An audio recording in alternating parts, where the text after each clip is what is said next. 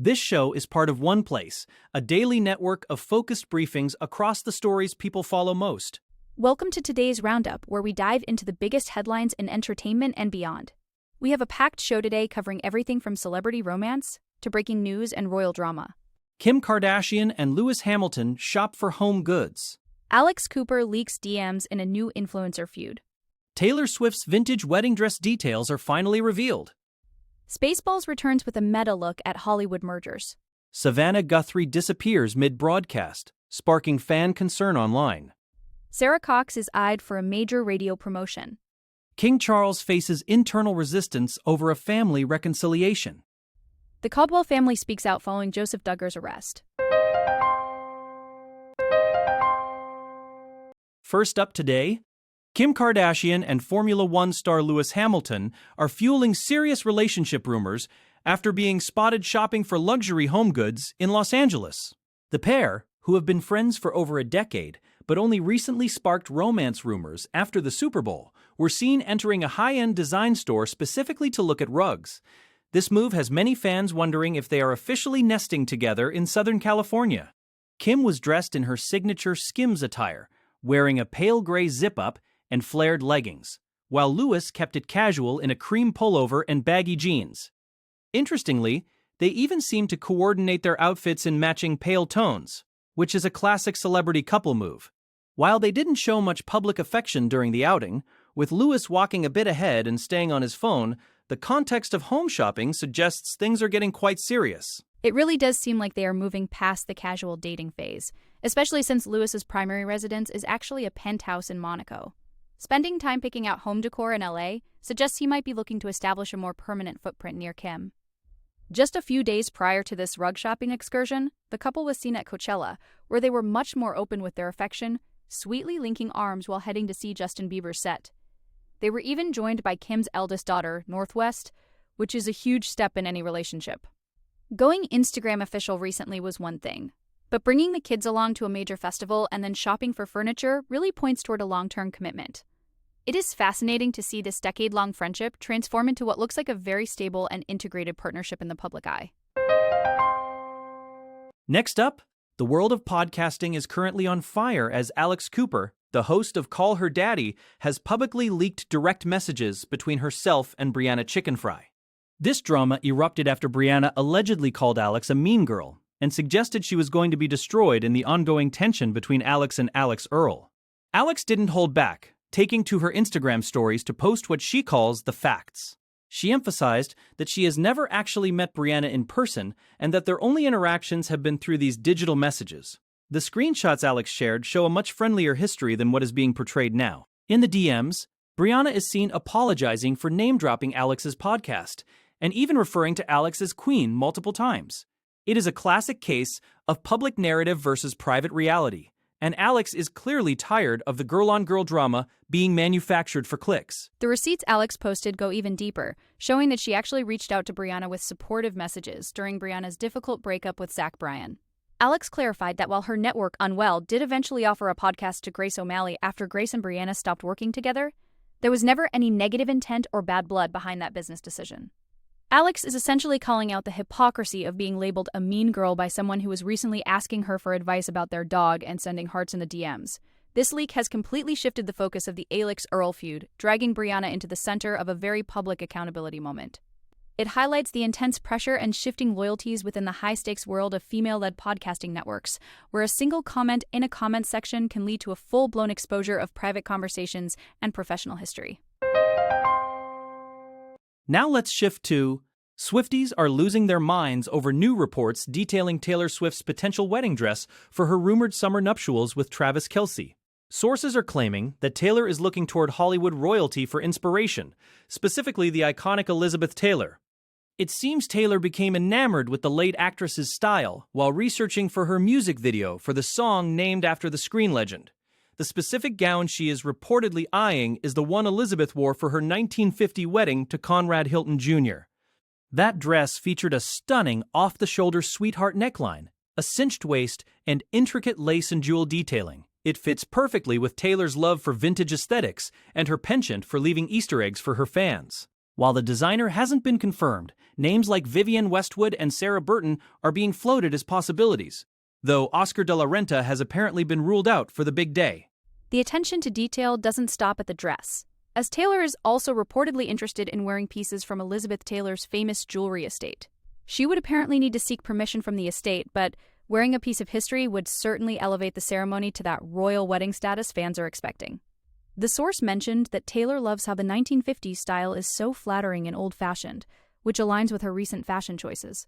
This wedding is being treated as a massive cultural event, and the fact that she is pulling from such a legendary fashion icon suggests she wants a timeless look that will stand the test of time.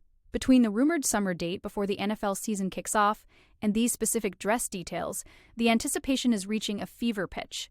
It is classic Taylor to blend her personal life with these deep historical and cinematic references that her fans love to decode.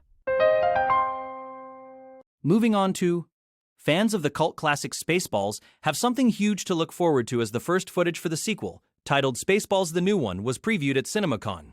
The presentation was reportedly just as meta and satirical as the original 1987 film, featuring a narrator who mocked the current state of Hollywood. The voiceover joked about how the sequel only became a reality because Amazon acquired MGM and needed content, even suggesting the film could eventually be used as a tax write-off. This self-aware humor is exactly what fans expect from a Mel Brooks project. The footage included a hilarious parody of Avatar, where Dark Helmet encounters a Na'vi at a urinal, proving that no modern franchise is safe from their comedic reach. With a release date set for April 2027, the film is leaning heavily into the legacy quel trend, while simultaneously tearing it apart with the sharp wit that made the first one a legend. The cast list for this new installment is an incredible mix of original stars and new comedic heavyweights. Bill Pullman, Rick Moranis, Mel Brooks, and Daphne Zuniga are all returning, joined by the likes of Josh Gad, Keke Palmer, and Anthony Carradine. During the CinemaCon panel, there was a classic bit where Moranis' co-stars kept interrupting him every time he tried to speak about his first film role in 3 decades. It is clear the chemistry is still there. The film is being directed by Josh Greenbaum, who has a proven track record with quirky comedies like Barb and Star Go to Vista Del Mar. Having Josh Gad and Mel Brooks on the writing team ensures that the script will likely be packed with the kind of rapid-fire gags and industry satire that defined the original. It is a long wait until 2027, but the promise of the Schwartz Awakening is already generating massive buzz. Next up, there was a moment of genuine concern during a recent broadcast of The Today Show when Savannah Guthrie suddenly disappeared mid-episode. Viewers noticed that Savannah was prepared to interview Anne Hathaway, but after a commercial break, Hoda Kotb had taken her place without any explanation from the network. This abrupt switch sparked a wave of worry on social media, especially given the difficult personal situation Savannah has been facing. Her 84-year-old mother, Nancy Guthrie, has been missing since February 1st, in what authorities believe was a targeted kidnapping from her home in Tucson, Arizona. Savannah had only recently returned to the show on April 6th, after taking a leave of absence to focus on the investigation. Some viewers even noted that Savannah's voice seemed to crack just before the break when she mentioned the title of Hathaway's new movie, Mother Mary, leading to speculation that she might have received a sudden update. The situation regarding her mother is truly harrowing, with the only real lead being doorbell camera footage of a masked man. Savannah has described the ordeal as unbearable and agonizing in previous interviews, so her sudden departure from the desk understandably set off alarms for regular viewers. While the show didn't address the swap immediately, the contrast between her being there 1 minute and gone the next was jarring. Hoda Kotb stepped in seamlessly, but the lack of an on-air explanation left fans searching for answers. It highlights the immense pressure on public figures to maintain a professional exterior while dealing with unimaginable personal trauma. The DNA found at her mother's home that didn't match Nancy's suggests a violent encounter, and the wait for news must be excruciating. Fans are continuing to send their support to Savannah and her family as they navigate this baffling and terrifying disappearance while she tries to return to her normal routine. Now let's discuss. In the world of British media, Sarah Cox is reportedly being eyed as the top candidate to take over the prestigious Radio 2 breakfast show slot. This opening comes after the sudden sacking of Scott Mills following serious allegations of historical sexual offenses. Sarah, a veteran broadcaster who previously hosted the Radio 1 breakfast show, is being described by insiders as the heir apparent for the role. She has already seen great success in her current drive time slot and is incredibly popular with both the station staff and its listeners. The BBC is reportedly looking for a safe and trusted pair of hands to stabilize the ship after the shock of Mills's departure. While the corporation isn't rushing the appointment to allow the dust to settle, the buzz within Radio 2 is that the job is essentially hers to lose when it is officially offered later this summer. The circumstances surrounding the vacancy are quite somber, as Scott Mills was dismissed after allegations surfaced involving a teenage boy under the age of 16, dating back to the late 90s.